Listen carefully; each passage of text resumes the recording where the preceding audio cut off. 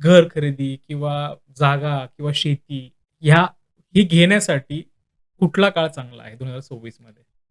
2 जून ते 31 ऑक्टोबर. हां, गुरुदेव कर्क राशीत असतील, उच्चीचे असतील. हां. त्याशिवाय भूमिकारक आपण म्हणतो मंगळ ग्रहाला. हं, तर 2026च्या सुरुवातीलाच मंगळ ग्रह धनु राशीत आहे, की जी चांगली रास मानल्या हं. जाते अग्नितत्वाची आणि त्याच्यानंतर तो मकर राशीत असेल. पण काय होतं ना, की जेव्हा मंगळ उच्चीचा असतो, तेव्हा मंगळ हा विचार करत नाही, कृती करतो. हां. त्यामुळे योग खूप प्रबळ निर्माण होतील. भूमी घेता येईल, फ्लॅट घेता येतील. पण 2 वेळा विचार करा. कारण मंगळ काय करतो, अगोदर कृती आणि मग विचार. हां. मग तिथे तो संधी निर्माण करणार आहे तुम्हाला. ओके, तुम्ही अगोदर विचार करा. ओके.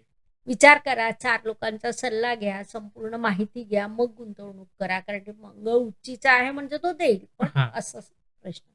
मग त्यातल्या त्यात कसं असतं ना, जेव्हा गुरुदेव सकारात्मक झाले, की तेव्हा माणसाची विचारसरणी सकारात्मक झालेली असते. हां. शांततेने, समजूतदारीने निर्णय घेण्याची कॅपॅसिटी वाढलेली असते. हां. त्या काळात निर्णय घेणं अधिक योग्य.